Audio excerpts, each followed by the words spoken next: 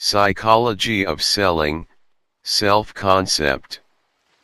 Most people do not choose the jobs or the business in which selling is involved. They think that they are not good at sales, and that they can never get any good at it. Selling is simply a set of skills that if you learn them, and practice them, you will get better and better at it, until it becomes second nature to you. The fact is that selling is the oldest profession in the world, and even jobs that seemingly do not involve selling, do have selling as an essential part of them. When you want to actually sell something to somebody, your customers will not buy your product or service, if they have not bought you in the first place.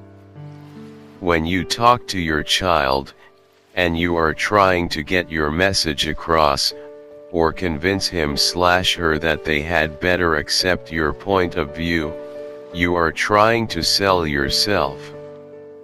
Likewise, when you talk to your spouse, and try to convince him/her that you could go to the cinema some other night, you are trying to sell yourself, and the list goes on and on.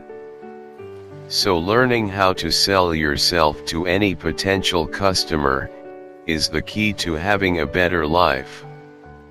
We use a very small percentage of our potential for effectiveness and selling.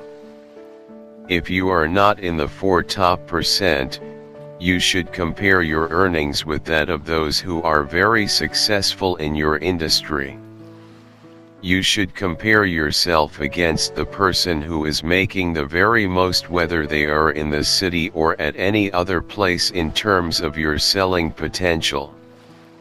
And the reason is that whoever they are, or wherever they live, they are no better and no different than you, and the only thing that is different here, is that they are doing different things, probably in different ways, that they are producing different results.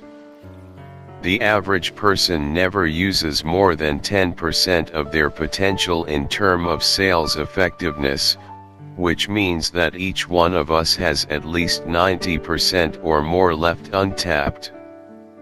It has been revealed that there is a direct relationship between your self-concept and your sales effectiveness. In fact, there is a direct relationship between your self-concept and your effectiveness in every area of your life.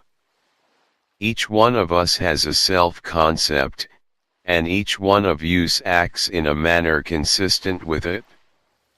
We have a self-concept that regulates our life overall, and we have a self-concept that regulates every single area of our life, including our sales life. We have a self-concept and we can never act in a manner inconsistent with it. Because when we do, we start to feel uncomfortable and uneasy. We have a self-concept, for instance, of how we dress. We can never dress in a manner inconsistent with it.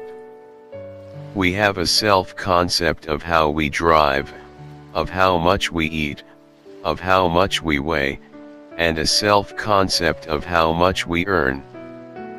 Studies have shown that we can never earn any more or less than our self-concept of income. We can never earn in the outside world more than we earn in our minds.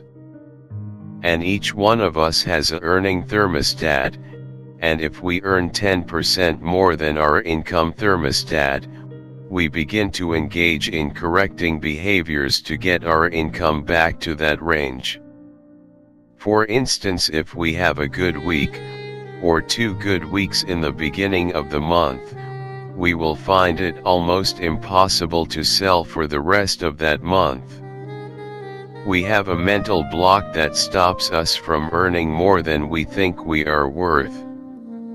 If we want to earn more in reality, we have to upgrade our self-concept. We have to see ourselves, think about ourselves, talk about ourselves, and plan and set goals for ourselves, so we start to think in terms of higher income categories. We must achieve it in our minds before we ever achieve it in our realities. Also, if we go 10% or more below our income level, suddenly we engage in some behaviors in a manner consistent with that. We start to work harder or longer. We get desperate. Sometimes we look at second income opportunities or part-time jobs to get that income to that comfort zone, and once it is there, we hold it there, and stop being so active and frantic. Our job is to move this comfort income level up, so that as it moves up, we find ourselves in engaging in behaviors, taking the actions, setting the goals, and actually making the sales and earning the income that is consistent with our new self-concept. We also have a self-concept of how well we sell. If you take selling and break it into 6 categories: prospecting, approaching, presenting, closing, following up, getting referrals, and so on, we find that we have a self-concept regulating every single area of those sales. Some of us are very uneasy about picking the phone up and calling somebody. Our self-concept is very low in that area, and when we start calling somebody, we feel uncomfortable and out of our comfort zone. Some of us feel very uncomfortable about closing. We can tell the person about our product or service, what it can do, and how good it is, but when it comes to closing, we just paralyze. So what we have to do is to strengthen every single area of our self-concept, and the way to do that is this: we become more competent and more skilled in that area. We never feel uneasy doing something we are good at. We only feel uneasy doing something that we think we are particularly not capable at.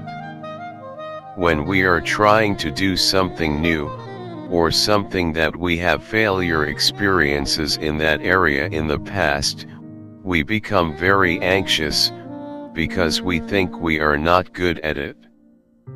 And every single step that we take forward, and get better, doing what we are doing, makes us feel more competent, raises our self-concept, and make us more successful each time we subsequently try.